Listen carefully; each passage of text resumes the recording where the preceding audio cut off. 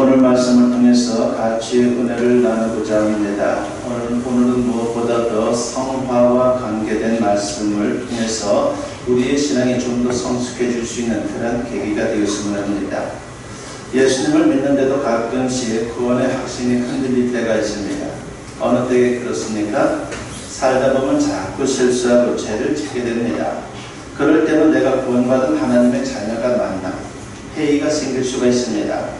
또 이럴 때도 있습니다. 고난이 닥쳐올 때이죠. 세상 사람들도 당하지 않는 고난을 당하게 되면 하나님이 나를 구원하지 않은 것 같은 그런 생각이 들기도 합니다. 그런데 구원의 확신이 흔들리는 것은 구원에 대해서 우리가 정확히 알지 못하기 때문입니다. 구원이라고 하는 것은요, 결코 간단하지 않아요. 쉬운 것 같으면서도 참 어려운 게 구원입니다. 순간에 끝나는 것이 구원이 아닙니다. 사실 구원은 우리의 전 생애를 통해서 이루어지는 긴 과정입니다. 그러므로 구원받았다고 해도 정확히 말하면 아직 구원받은 게 아니다라고 그렇게 생각하면 됩니다. 그래서 오늘 본문 12절 하반절에서 이런 말씀을 합니다. 두렵고 떨림으로 너희 구원을 이루라고 말입니다. 이 말씀은 누가 누구에게 한 겁니까? 우리가 잘 아는 사도 바울이 빌립보 교회 성도들에게, 그러니까 믿는 사람들에게 한 말씀입니다. 믿으면 구원받았다고 생각하는데 왜 너희 구원을 이루라고 말하는 겁니까? 예수님을 믿으니까 이미 구원받은 게 아닙니까? 맞습니다. 이미 구원받았습니다. 그런데 아직 받을 구원이 남아있다는 것이죠. 구원의 완성은 우리가 천국에 들어갈 때까지, 더 정확히 말하면 예수님의 재림의 날에 이루어지는 것입니다. 그러니까 그 이전까지는 이미 구원받았지만 여전히 구원받지 못한 겁니다. 그래서 이런 상태를 가리켜서 그러나 아직이라고 그렇게 표현할 수가 있습니다. 구원은 전생에 걸쳐 진행되는 아주 긴 과정이에요. 그러므로 우리의 구원은 그러나 아직입니다. 빌립보서 1장 6절에서 사도 바울은 이런 말씀을 하죠. 너희 안에서 착한 일을 시작하신 이가 그리스도 예수의 날까지 이루실 줄을 우리는 확신하노라고 했습니다. 여기서 착한 일이라고 하는 것이 바로 구원입니다. 이미 시작하신 구원의 과정을 예수님이 재림하시는 그날까지 이루어 주실 것을 소원하고 있습니다.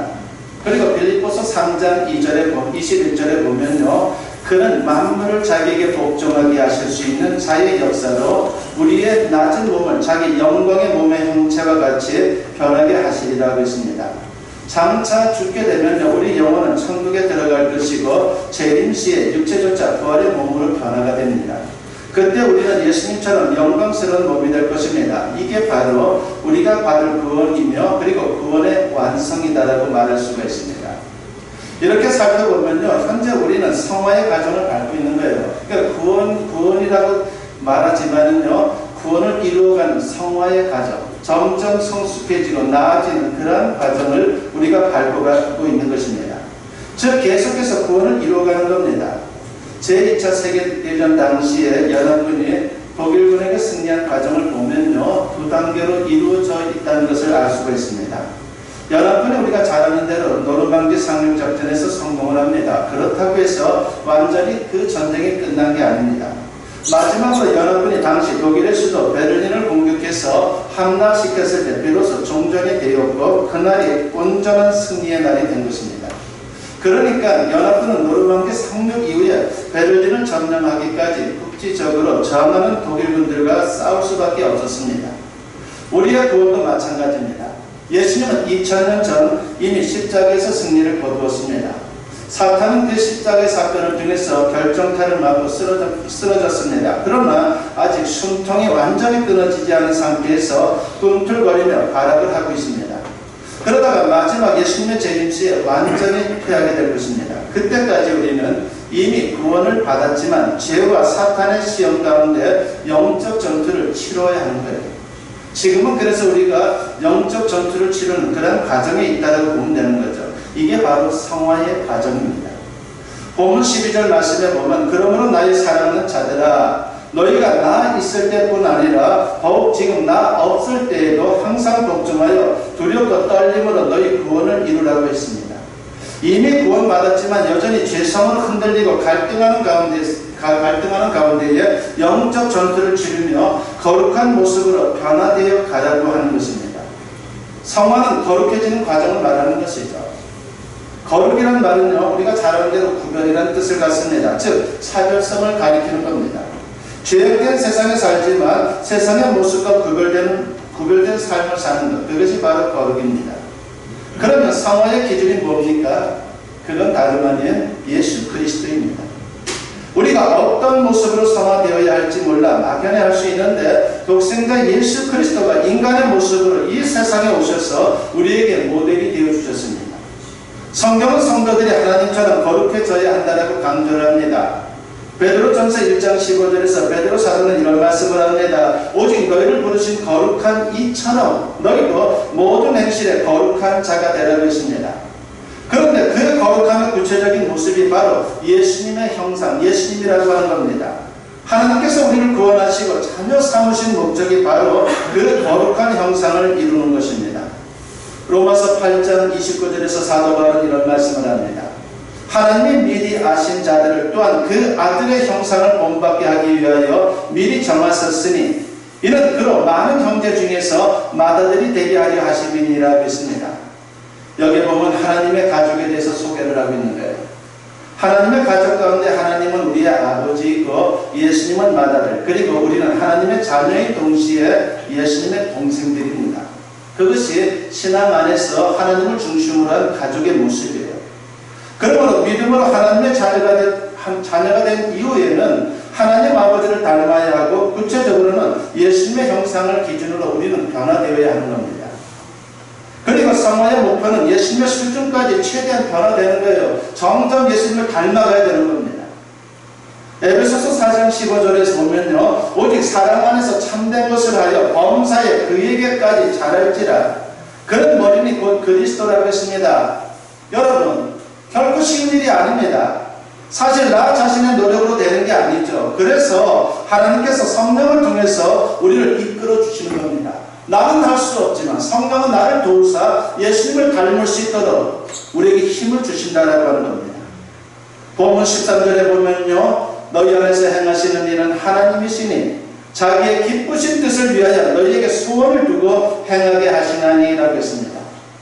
너희 안에서 행하시는 이는 하나님이라고 했는데, 즉 성령의 내주하심을 말하는 거죠. 성령이 우리 안에 있다라고 하는 것입니다. 성령은 우리를 돕기 위해서 우리 심령 속에, 우리의 마음 속에 거하고 있다는 것입니다. 성령은 우리 안에 계시면서 감화 감동의 역사로 자발적인 마음을 일으키시고 더 나아가 열심히 노력하도록 우리를 인도하게 되는 거예요.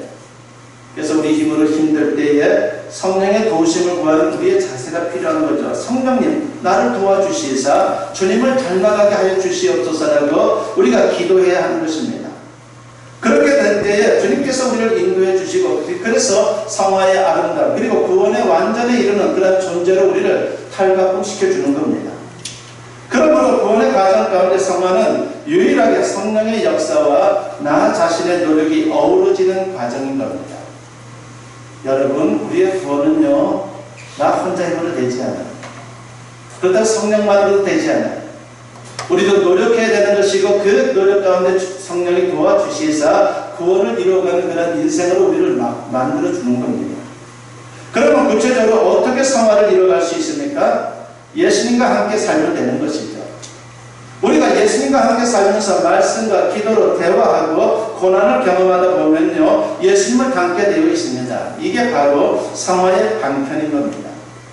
디모데전서 4장 5절을 보게 되면요, 말씀과 기도가 성화의 방편이다라고 하는 것을 우리에게 말합니다. 하나님의 말씀과 기도로 거룩하여 지니라고 했습니다. 하나님의 말씀은 거울과도 같습니다. 말씀을 읽고 우리가 묵상하면서 나 자신의 모습을 보게 되는 겁니다. 예수님의 모습과 비교해 볼 때 아직도 부족하고 죄악된 나 자신의 모습을 발견하면서 우리는 고치고 또 고치는 거예요. 그러면서 거룩해지는 것입니다. 예수님도 기도 가운데 이런 사실을 우리에게 말씀하셨습니다. 요한복음 17장 17절에 보면요, 그들을 진리로 거룩하게 하옵소서. 아버지의 말씀은 진리니이다라고 했습니다. 이스라엘 백성들이 출애굽한 후에 제일 먼저 받은 훈련이 매일 아침 일어나자마자 일용할 양식인 만나를 거두어 드리는 겁니다. 그러면서 하나님은 신명기 8장 3절에서 여기에 담긴 중요한 의미에 대해서 우리에게 말씀합니다. 너를 낮추시며 너를 줄이게 하시며 또 너도 알지 못하며 네 조상들도 알지 못하던 만나를 네게 먹이신 것은 사람이 떡으로만 사는 것이 아니며 여호와의 입에서 나오는 모든 말씀으로 사는 줄을 네가 알게 하려 하심이니라 그랬습니다. 만나를 그냥 준 게 아니라 먹고 배부르라고만 준 게 아니에요.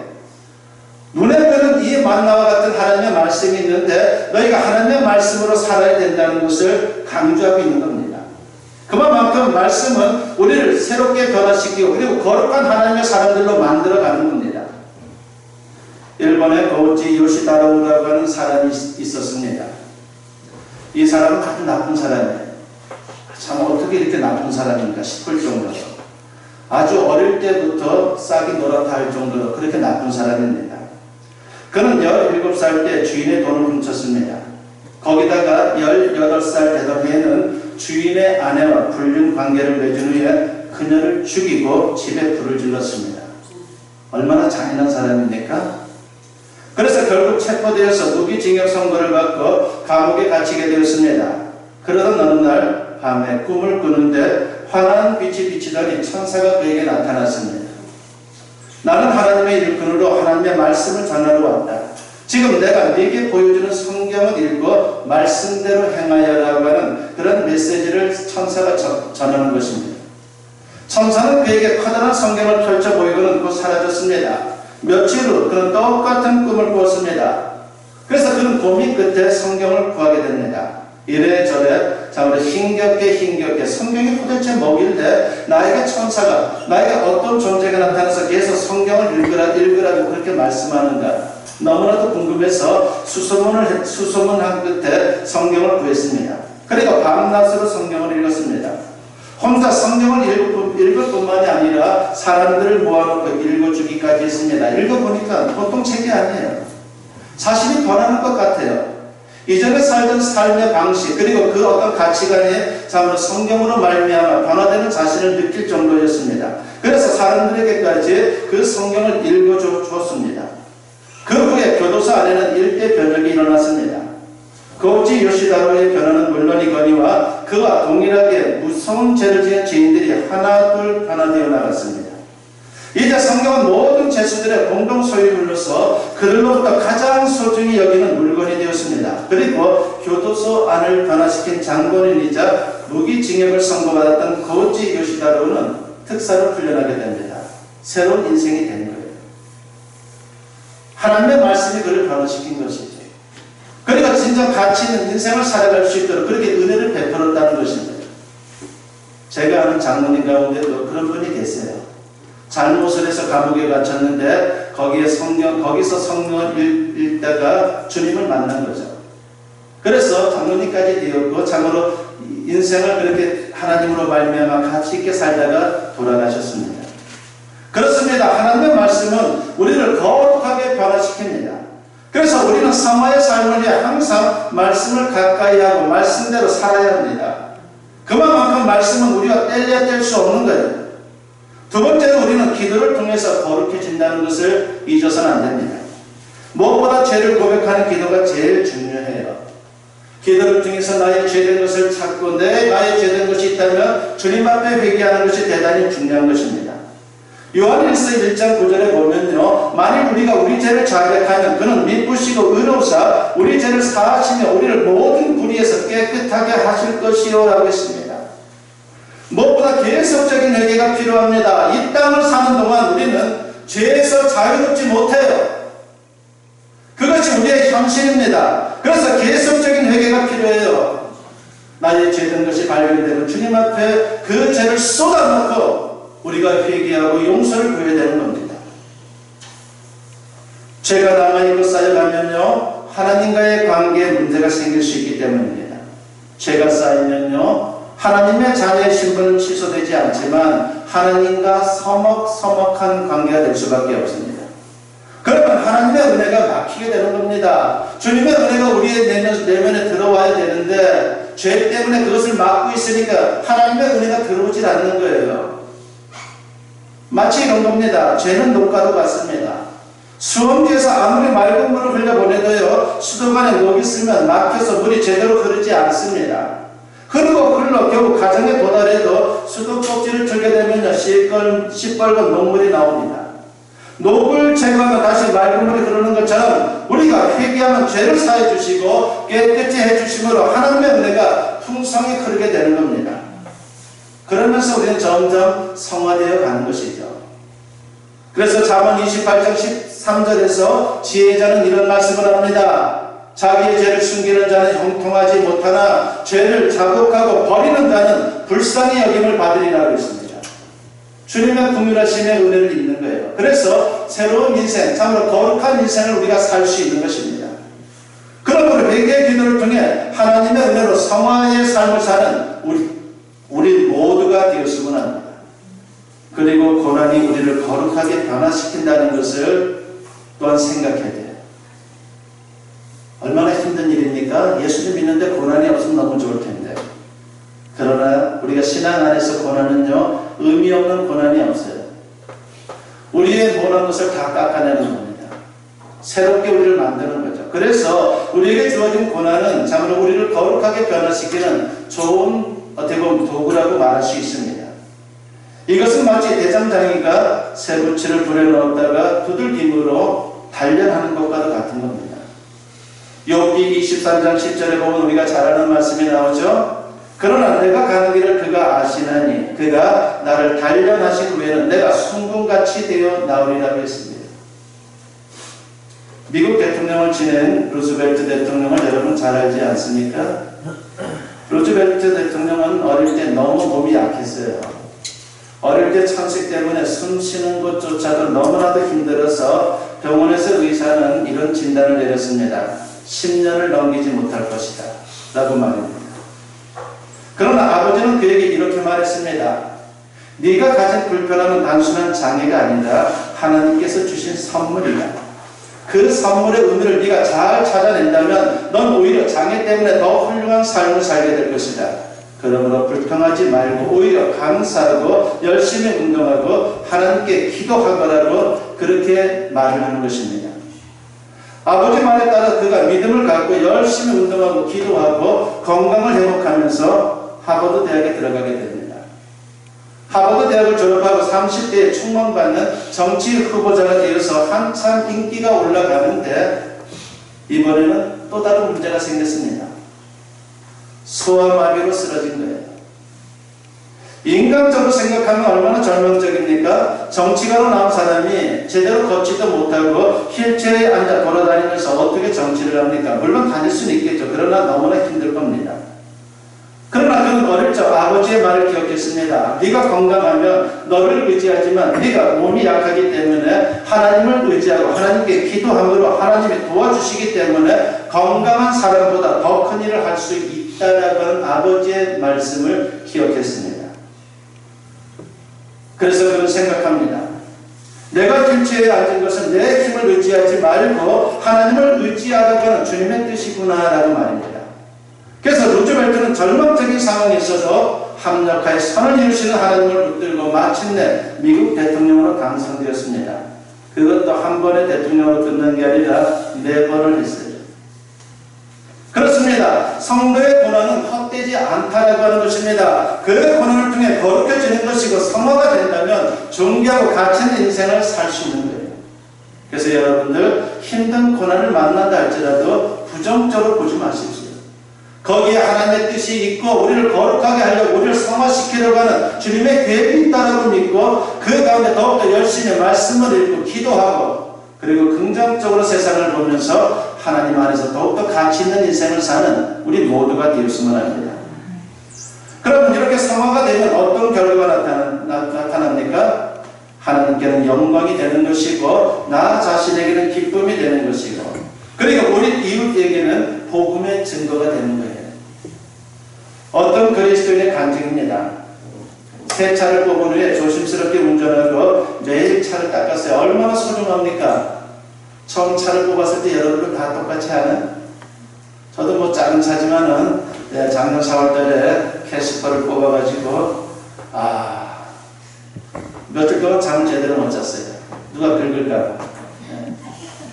신경도 많이 썼습니다. 차 별로 이렇게 뭐 청소도 안 하는데 밑에 깔판도 드러내고 털기도 하고 그렇게 지냈어요. 그래서 늘 차에 타기 전에는 차를 한번 휙 돌아봅니다. 누가 끌지는 않아요. 그것이 우리의 모습이죠. 바로 이 사람도 똑같았습니다. 그래서 새 차를 바라보면서 늘 깨끗한 그 모습에 흐뭇한 마음을 가졌습니다.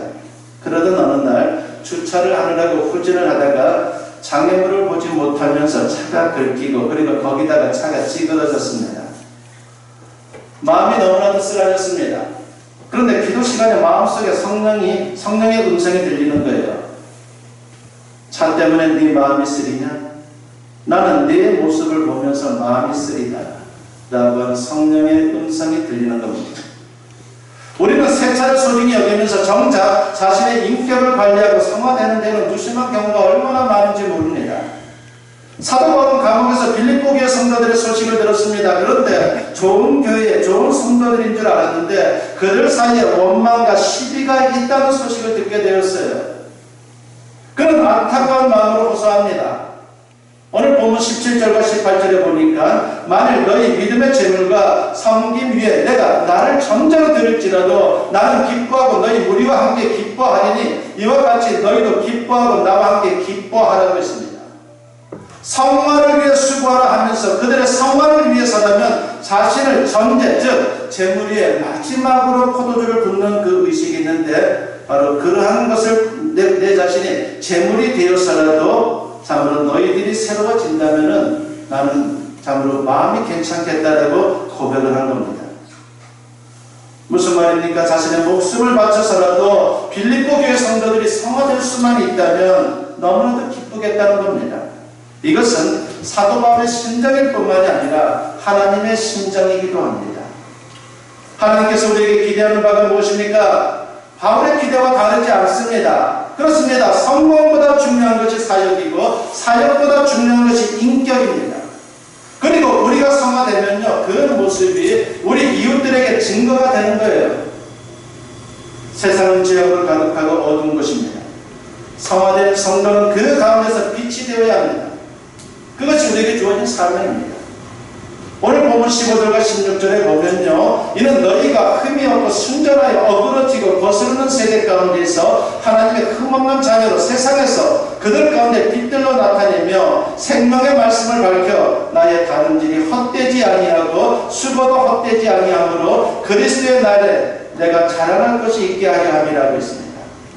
빌립보 교회 성도들이 세상에서 빛의 사명을 다하면 그들을 양육한 바울로서는 너무나도 기쁠 것입니다. 그리고 더 나아가 장차 주님 앞에 섰을 때 너무나도 자랑스러울 것입니다. 우리가 예수님을 증거할 때, 전도할 때 참으로 기본은 입술로 전하는 것이죠. 예수님 믿으라고. 우리가 입술로 얼마나 많이 전합니까? 그러나 더 중요한 것은요, 인격과 생활의 모습으로 전도하는 거예요. 이게 빠지면 소용없어요. 말은 그럴듯한데 나의 삶의 모습, 나의 인격은 예수님과 전혀 다르다면요, 성도라고 하는 그 기대되는 모습과 너무나도 다르다면요, 우리가 주님을 전할 수가 없어요. 복음을 전할 수가 없는 겁니다. 그러므로 복음을 제대로 전달하려면요, 눈에 보이는 실물인 내 자신의 인격에 아름다움이 있어야 하는 겁니다. 물론 우리는 완전할 수 없습니다. 그러나 성화의 과정이 구원의 중요한 부분임을 명심하고 성실히 그 길을 걷는다면요, 성령께서 반드시 도와주실 것이고 하나님께는 영광, 그리고 나 자신에게는 기쁨, 그리고 이웃에게는 복음이 증거되는 놀라운 역사가 나타나게 될 겁니다. 아무쪼록 다시 한번 나 자신의 인격과 삶을 돌아보면서 성화의 과정을 더욱 진지하고 성실하게 걸어갈 수 있는, 그래서 내 주변에 죽어가는 많은 영혼들을 구원의 길로 이끌어 나갈 수 있는 저와 여러분 모두 될 수 있기를 주님의 이름으로 간절히 축원합니다.